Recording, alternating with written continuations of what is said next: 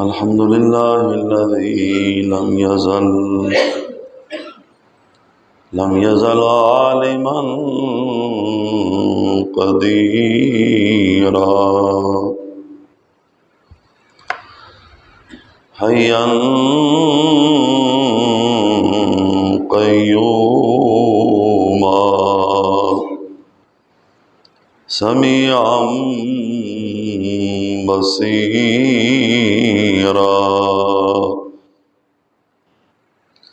والصلاة والسلام على من أرسله إلى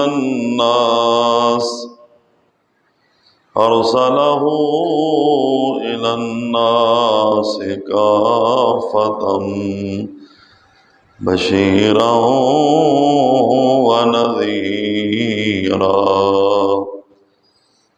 وعلى آله وأصحابه كثيرا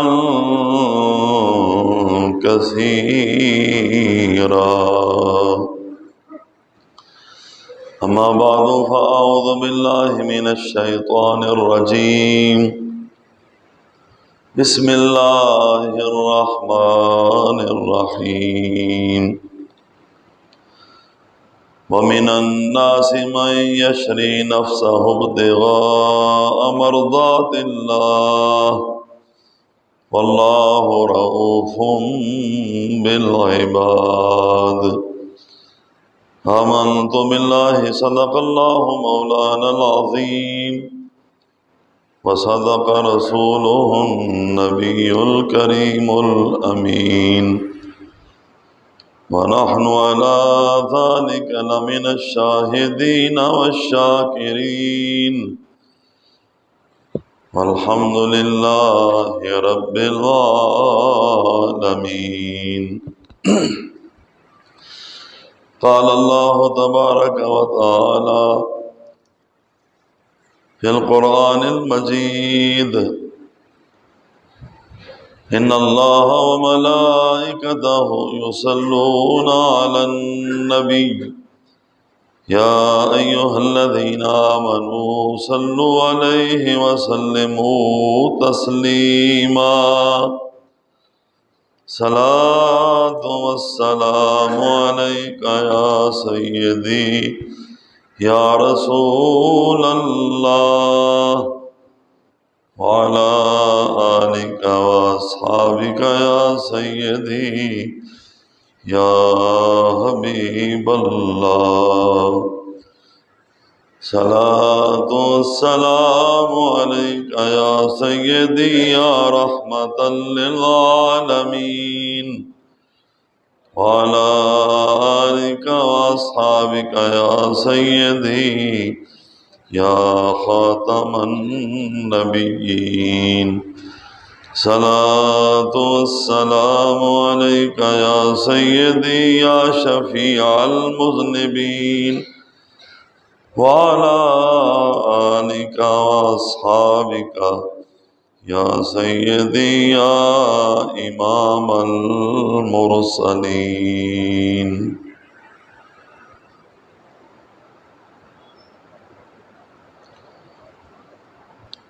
سب سے بڑا کنجوس آپ کو پتہ نا کون ہوتا ہے؟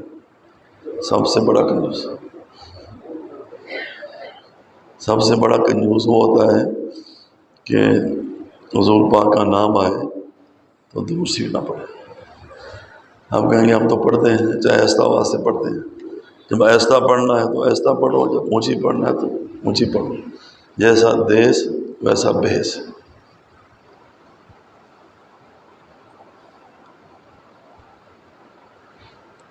چونکہ بعض روایات کے مطابق 20 رمضان کو حضرت علی المرتضیٰ کی شہادت ہے اور زیادہ تر یہ ہے کہ 21 رمضان کو شہادت. 19 کو زخمی ہوئے، 20 یا 21 کو آپ کی شہادت ہے. تو چونکہ اگلا جمعہ تو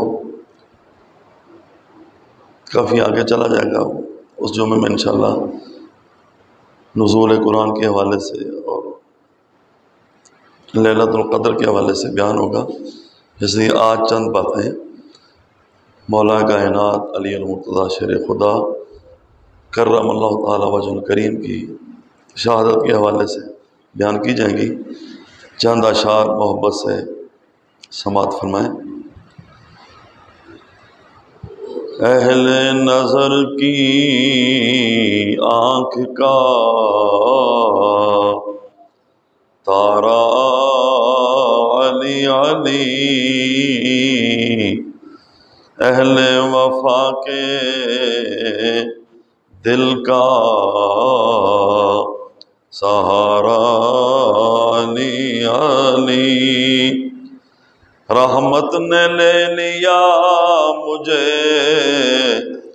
آغوش نور میں، میں نے کبھی جو روکے پکارا علی علی، اور ایک کیف ایک سرور سا رہتا ہے رات دن، جب سے ہوا ہے ورد ہمارا علی علی، کعبے کے بت گرائے نہیں اپنے ہاتھ سے، آقا نے مسکرا کے پکارا علی علی، اور دنیا میں سب سے اونچے گھرانے کے نور ہو،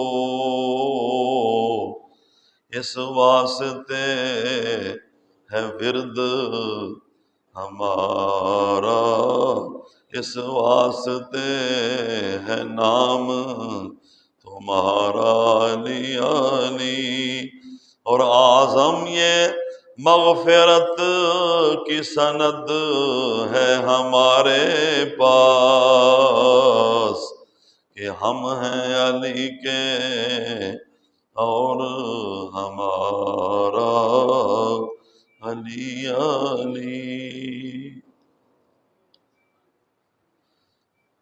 اللہ تبارک و تعالی جل جلالہ و اعظم شانہ وَأَتَمَّ بُرْهَانُهُ وَأَمَّ نَوَالُهُ وَجَلَّ ذِكْرُهُ وَلَا إِلَٰهَ غَيْرُهُ کی حمد و ثنا نبی اکرم نور مجسم شفیع معظم تاجدار عرب و عجم احمد مجتبیٰ حضرت جناب محمد مصطفیٰ صلی اللہ علیہ وسلم کی بارگاہ میں درود و سلام کا عطیہ پیش کرنے کے بعد،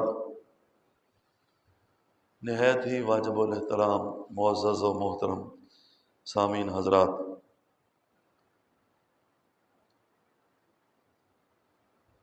رمضان کے 2 جمعے گزر چکے ہیں اور یہ تیسرا جمعہ ہے۔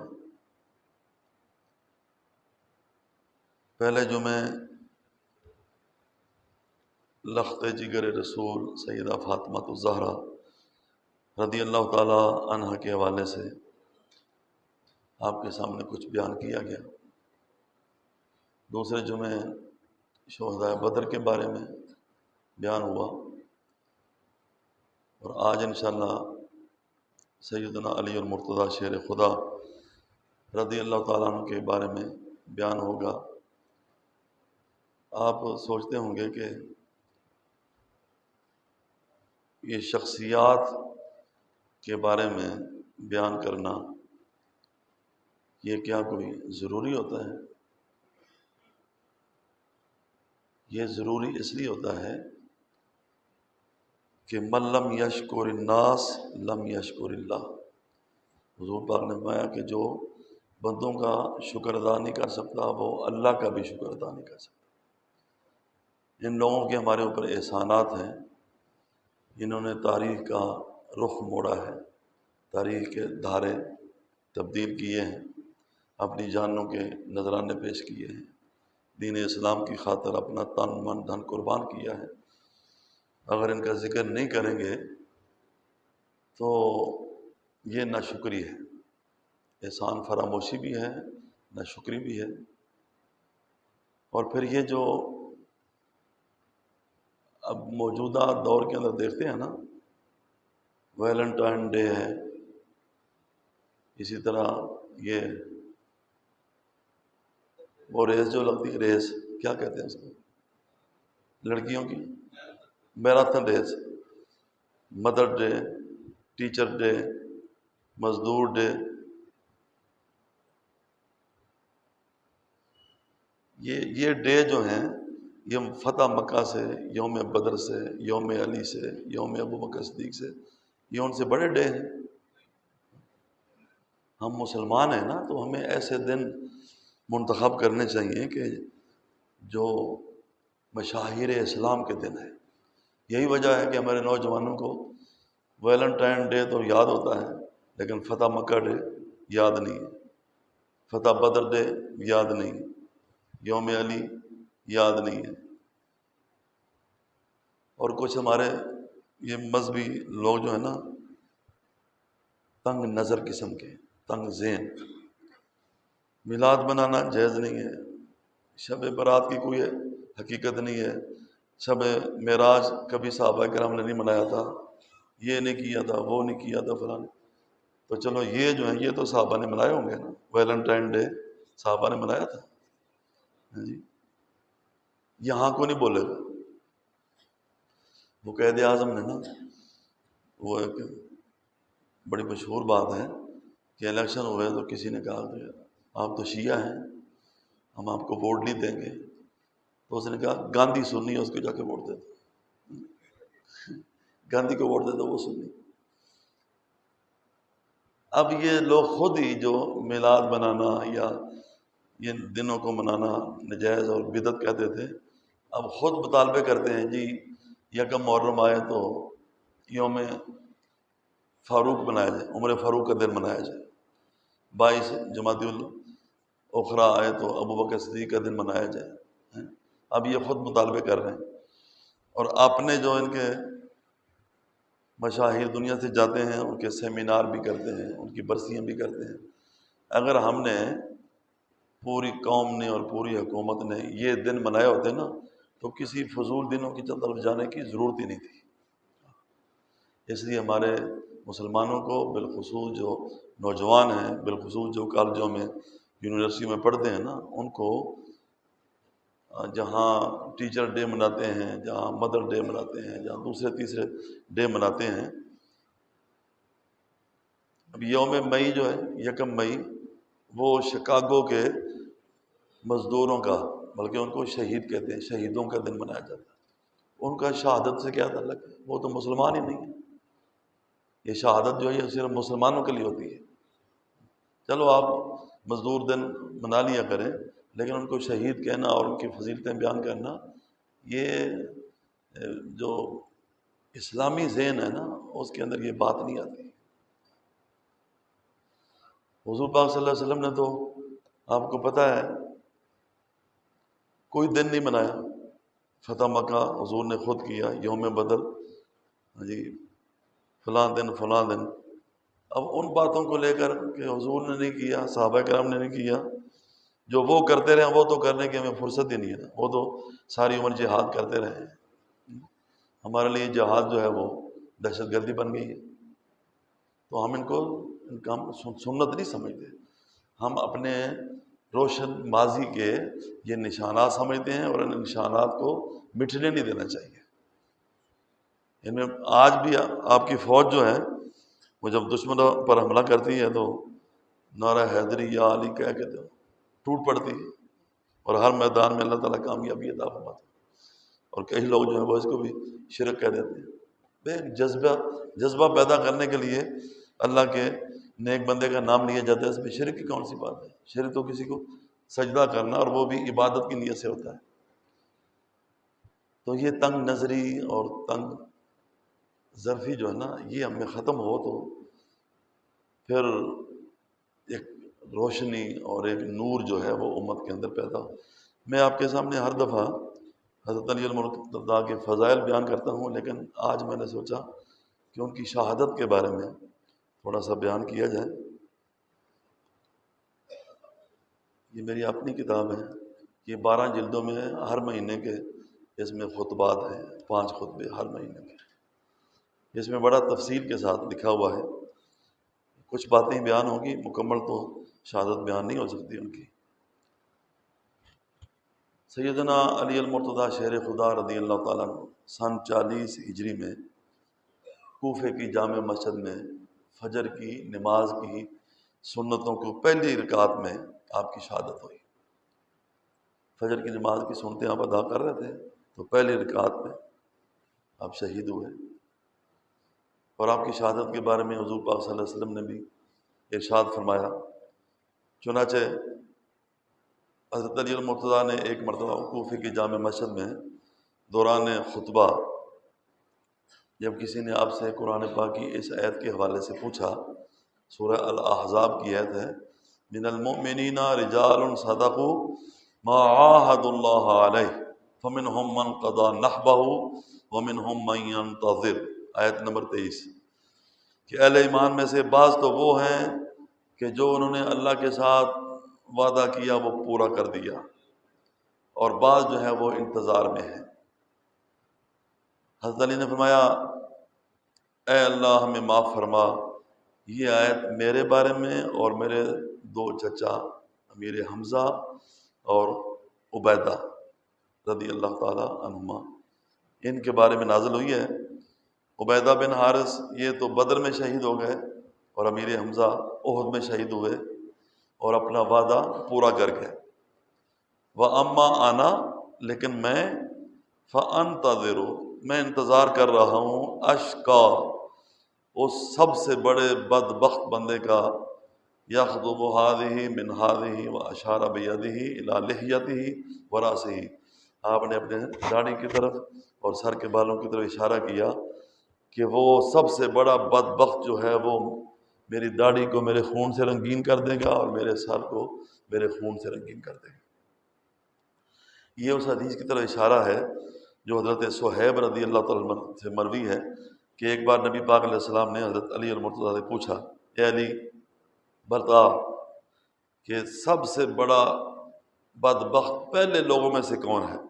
عرض کی، یا رسول اللہ، الذی عقر ناقۃ صالح علیہ السلام، پہلے لوگوں میں سے سب سے بڑا بدبخت وہ ہے کہ جس نے صالح علیہ السلام کی اونٹنی کی ٹانگوں کو کاٹا تھا۔ قرآن پاک میں اس کو سب سے بڑا بدبخت قرار دیا گیا ہے۔ یہ ذم باس اشکا، جب وہ اٹھا سب سے بڑا بدبخت۔ تو حضور پاک نے فرمایا کہ پچھلوں میں سے سب سے بڑا بدبخت کون ہے؟ عرض کی، یا رسول اللہ، اللہ زیادہ جانتا ہے یا اللہ کا رسول زیادہ جانتا ہے؟ تو نبی پاک علیہ السلام نے فرمایا، الذی یضربک علی ھذا، جو تجھے یہاں پہ تلوار مارے گا۔ حضور نے حضرت علی کے سر کی طرف اشارہ کیا، وہ پچھلوں میں سے سب سے بڑا بد نصیب اور سب سے بڑا بدبخت ہوگا۔ چنانچہ حضرت جابر بن عبداللہ رضی اللہ تعالیٰ عنہ وہ فرماتے ہیں کہ ایک مرتبہ ہم حضرت علی المرتضیٰ کے پاس بیٹھے ہوئے تھے کہ ابن ملجم، عبد الرحمن بن ملجم، دیکھو نام کتنا اچھا ہے، لیکن یہ سب سے بڑا بدبخت ہے جس نے حضرت علی المرتضیٰ کو شہید کیا تھا۔ وہ ہمارے پاس سے گزرا، حضرت علی تشریف فرما تھے، میں بھی بیٹھا ہوا تھا، تو آپ نے فرمایا، اس نے آپ سے سواری طلب کی، آپ نے اس کو سواری دی اور ساتھ یہ فرمایا، اریدو حیاتہ و یریدو قتلی، یہ کیسا بد نصیب آدمی ہے، میں اس کی زندگی چاہتا ہوں، یہ میری موت چاہتا ہے۔ پوچھا کیا مطلب؟ تو آپ نے فرمایا، واللہ انہ قاتلی، اللہ کی قسم یہ مجھے قتل کرے گا۔ تو آپ سے کہا گیا کہ آپ اس کو پہلے ہی مار دیں، جب آپ کو پتہ ہے اور قسم اٹھا کر یہ کہہ رہے ہیں کہ یہ قتل کرے گا آپ کو۔ یہ تو آپ نے نور ولایت سے معلوم کیا نا، اور اس کے ارادے اور اس کی خطرناک حرکتوں کی وجہ سے۔ تو فرمایا وہ مجھے جب تک قتل نہ کرے، میں پہلے قتل کر دوں تو یہ تو میرے اوپر قتل کا الزام آ جائے گا۔ فمن یقتلنی، اگر میں اس کو پہلے قتل کر دوں تو پھر مجھے کون قتل کرے گا قصاص کے طور پر؟ اس لیے جب تک کوئی جرم نہ کرے اس کو سزا دینے کا کوئی تک نہیں بنتا۔ چنانچہ اب قتل کا منصوبہ اور شہادت کا منصوبہ شروع ہوتا ہے۔ ایک دن یہی عبد الرحمن بن ملجم بازار سے گزر رہا تھا کہ راستے میں اس کی نظر ایک عورت جو بھی خارجی تھی، وہ یہ خارجی حضرت علی المرتضیٰ کے دشمن تھے، اور جنگ نہرواں پر ان کے ساتھ مولا علی نے جنگ لڑی تھی، اور انہوں نے حضرت میر معاویہ اور مولا علی دونوں کو کافر قرار دے دیا تھا کہ ان دونوں نے اپنا اپنا حکم مقرر کر دیا ہے، جبکہ اللہ تعالیٰ نے فرمایا کہ حکم صرف میرا چلے گا۔ اور حضرت علی نے ابو موسیٰ اشعری کو اور امیر معاویہ نے عبداللہ بن عمر بن عاص کو اپنا حکم بنا دیا ہے، لہذا یہ دونوں نعوذ باللہ مشرک ہو گئے، کافر ہو گئے، اللہ کے حکم کا انہوں نے انکار کر دیا۔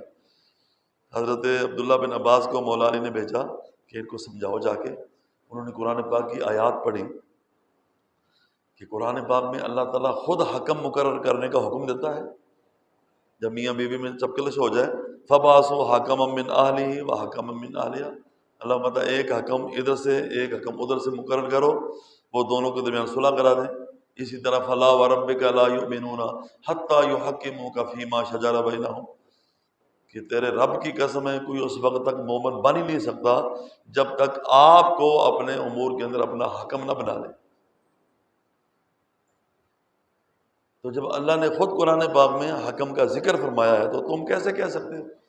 چنانچہ یہ 10,000 افراد تھے خارجی، 5,000 کی سمجھ میں بات آ گئی اور وہ توبہ کر گئے، باقی 5,000 کے ساتھ حضرت علی المرتضیٰ نے جہاد کیا تھا اور ان کو تہ تہ کیا تھا۔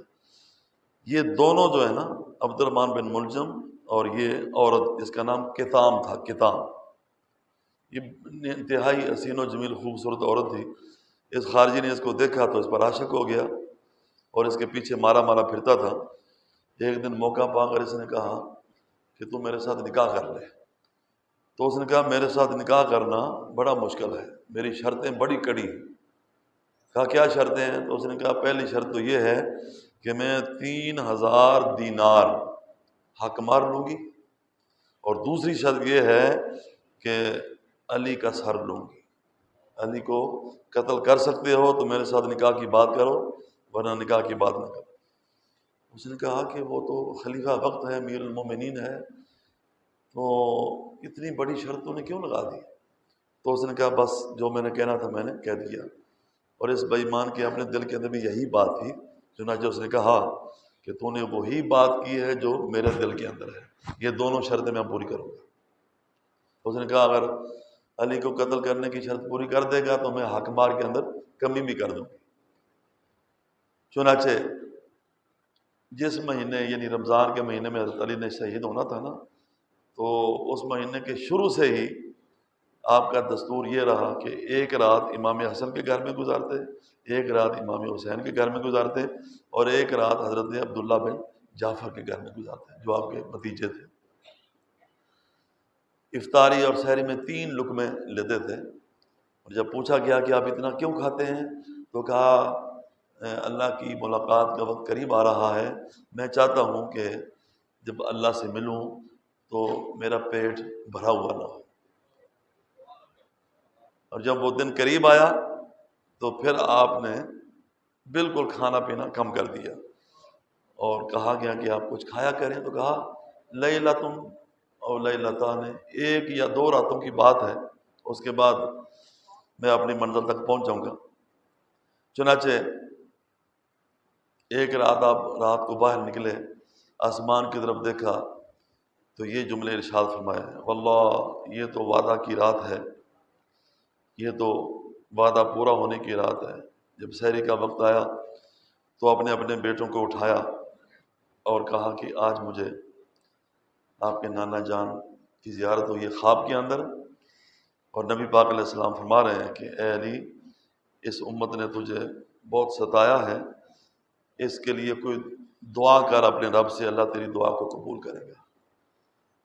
چنانچہ آپ نے یہ دعا کی، اللہم ابدلنی بہم خیرا منہم وابدلہم من ہوا شر منی، کہ اے اللہ یہ لوگ جو ہیں یہ کسی کے اوپر ان کا اعتماد قائم نہیں ہوتا، جو بھی آتا ہے اس کو تنگ کرنا شروع کر دیتے ہیں، تو مجھے ان سے بہتر عطا فرما دے اور ان کو مجھ سے بدتر عطا کر دے۔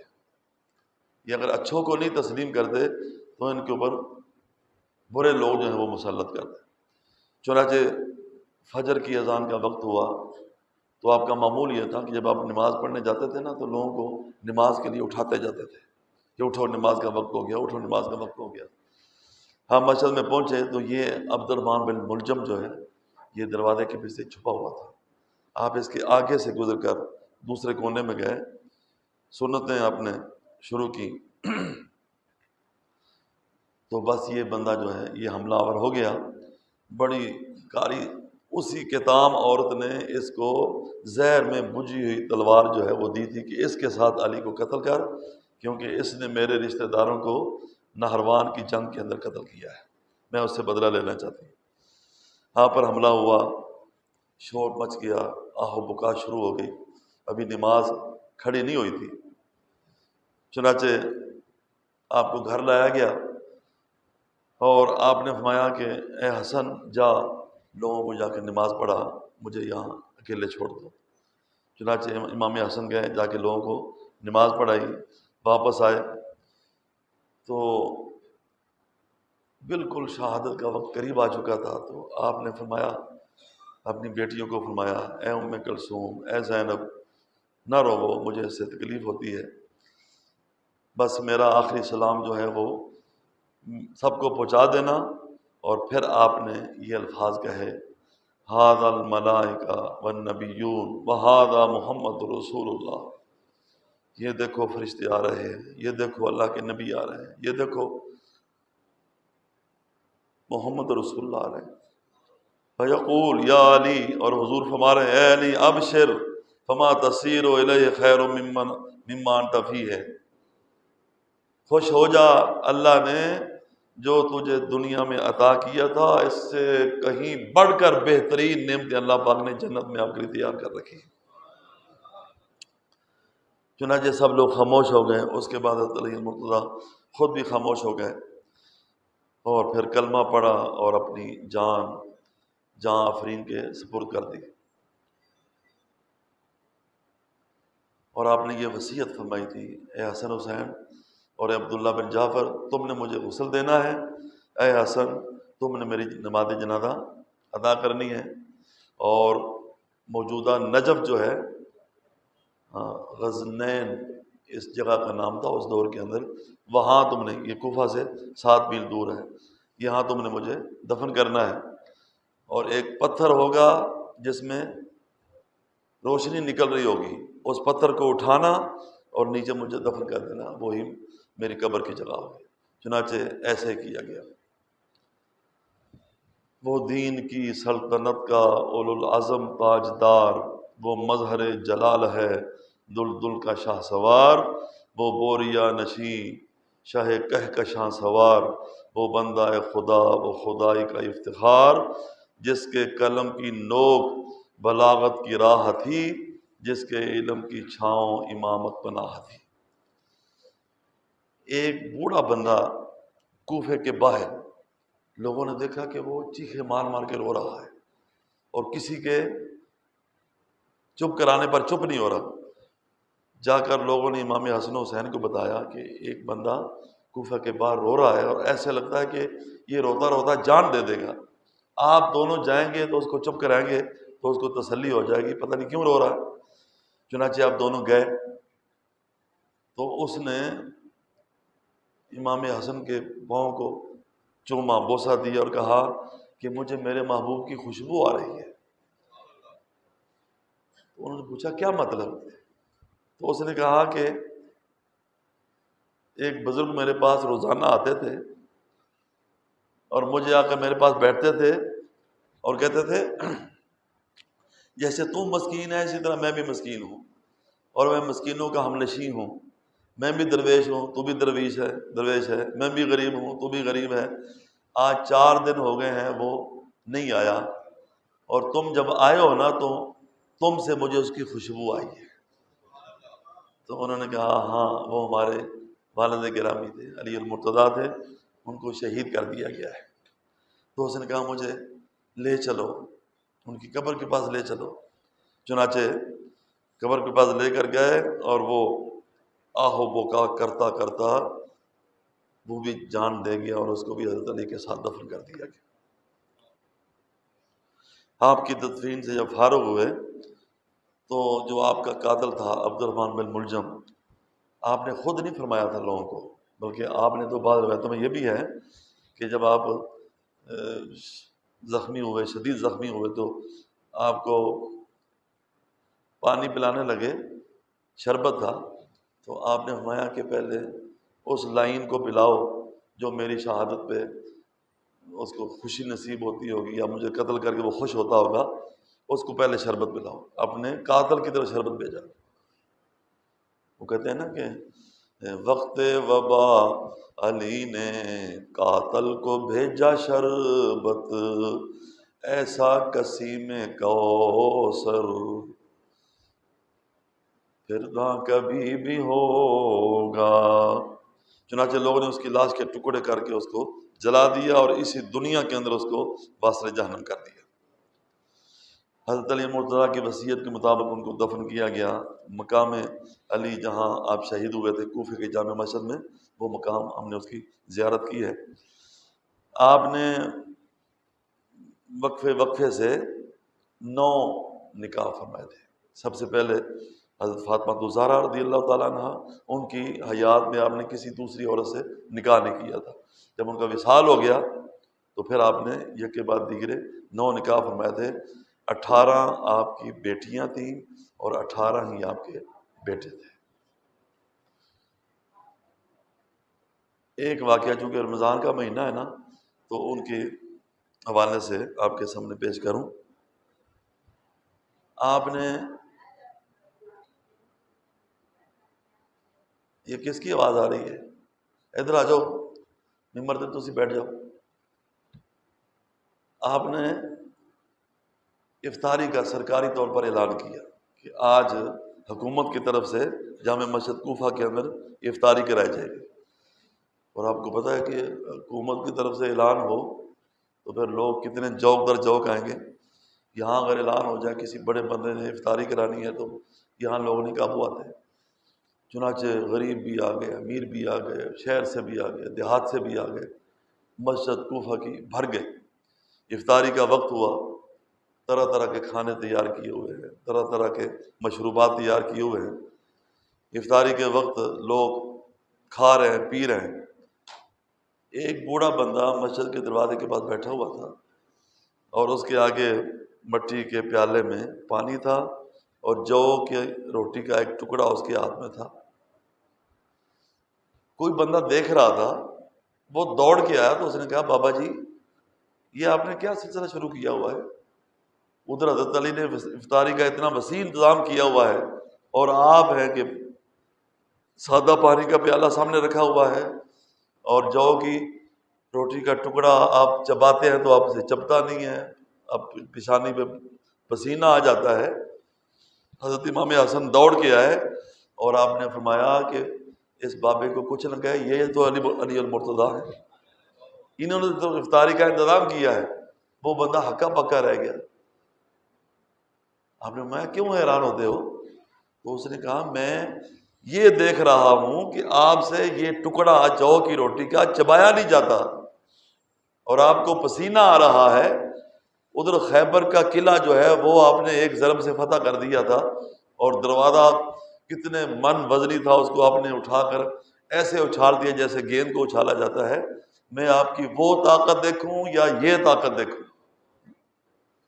تو آپ نے فرمایا اس سوال کا جواب تو میں ایک جملے میں دے دیتا ہوں، خیبر کا قلعہ جو میں نے فتح کیا تھا نا وہ میری ایمانی طاقت تھی اور یہ جو ہے یہ میری جسمانی طاقت ہے۔ اور علی کی طاقت کا راز جو ہے نا وہ عمدہ کھانے میں نہیں ہے بلکہ اللہ کے ذکر کے اندر ہے۔ اللہ کا ذکر کرنے سے جو اللہ روحانی طاقت عطا کرتا ہے، ساری جنگیں میں نے اسی روحانی طاقت سے فتح کی۔ علامہ اقبال نے کہا نا کہ تیری خاک میں ہے اگر شرر تو گمان فقر و غنا نہ کر، ہے جہاں میں نانے شہیر پر ہے مدار قوت حیدری۔ کئی پہلوان بڑی غذائیں کھاتے ہیں لیکن وہ کسی نتیجے پر نہیں پہنچ سکتے، اور کئی لوگ جو ہیں وہ سادہ سادہ غذائیں کھاتے ہیں، اللہ پاک ان کو ایمان کی وجہ سے طاقت عطا فرما دیتا ہے۔ حضرت علی المرتضیٰ کی طاقت اتنی مشہور تھی کہ وہ جو مرہب آیا تھا مدینہ پاک کے اندر، یہودی، اس نے کہا میں نے پوری دنیا کے پہلوانوں کو زیر کر دیا، شکست دے دی ہے۔ اب ایک مدینہ میں ایک پہلوان رہتا ہے جس کو علی کہتے ہیں، پتہ نہیں وہ کتنا قوی ہیکل ہوگا، کتنا لمبا چوڑا اس کا قد ہوگا اور کیسا اس کا وجود ہوگا، اب اس کو میں گرا دوں گا تو میں رستم زمان بن جوں گا۔ چنانچہ وہ مدینہ پاک میں آیا تو اس کی ملاقات حضرت علی المرتضیٰ سے ہو گئی۔ حضرت علی کا قد مبارک جو ہے نا وہ اتنا دوسرے لوگوں کی طرح زیادہ نہیں تھا، بلکہ قدر نسبتاً چھوٹا قد تھا۔ تو اس نے کہا کاکا یہاں پہ کوئی علی رہتا ہے، پہلوان ہے، تو میں اس سے نا کشتی کرنے کے لیے آیا ہوں، سنا بڑا طاقتور ہے اور بڑی دھوم ہے اس کی۔ تو آپ مسکرائے اور آپ نے فرمایا کہ تو علی سے لڑ سکے تیری عقل کا پھیر ہے، کفر کی پدی ہے تو وہ اسلام کا وہ شیر ہے۔ ان کا کیسی باتیں کرتے ہو تم مجھے اس کا پتہ بتاؤ، میں جاتا ہوں، تمہیں پتہ نہیں میں کون ہوں، میں مرحب ہوں، میری ماں نے میرا نام یہ رکھا ہے۔ تو اس نے کہا اس کی ماں نے بھی اس کا نام حیدر کرار رکھا ہے۔ ہاں، تو علی سے لڑ سکے تیرا عجب انداز ہے، کفر کی پدی ہے تو اسلام کا وہ باز ہے۔ اس نے کہا تو زیادہ باتیں نہ کر، کہیں ایسا نہ ہو کہ اس سے پہلے میں تیرے ساتھ دو ہاتھ کروں۔ تو آپ نے فرمایا کہ پھر میرے ساتھ پہلے دو ہاتھ کر لے، میں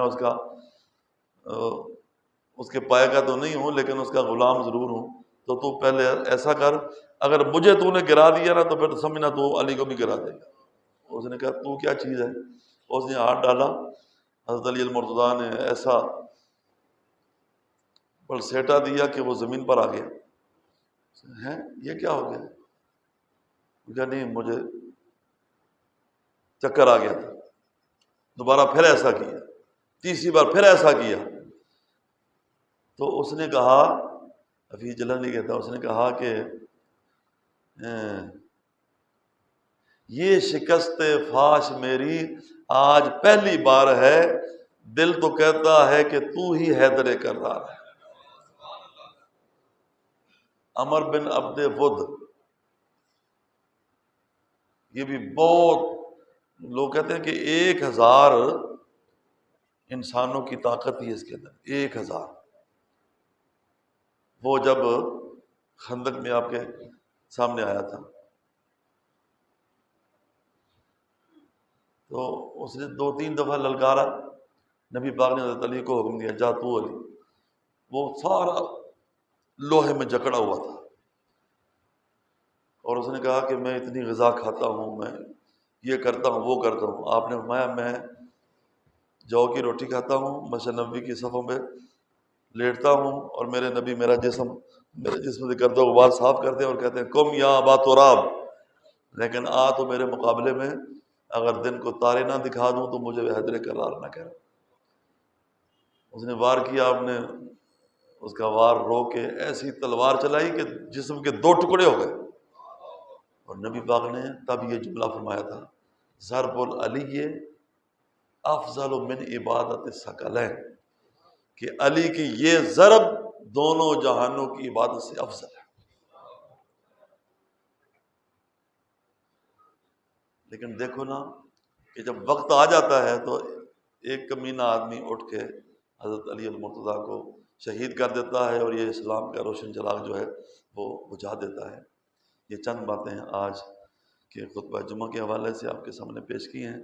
اللہ تعالیٰ کی بارگاہ میں دعا ہے اللہ تعالیٰ سیدنا علی المرتضیٰ شیر خدا رضی اللہ تعالیٰ عنہ کی عظیم و شان شہادت کا صدقہ ہمیں ان کے کارناموں کو لوگوں کے سامنے بیان کرنے کی اور شہادت سے روشنی حاصل کر کے اپنے ایمان کو جلا دینے کی توفیق عطا فرمائے۔ وما علینا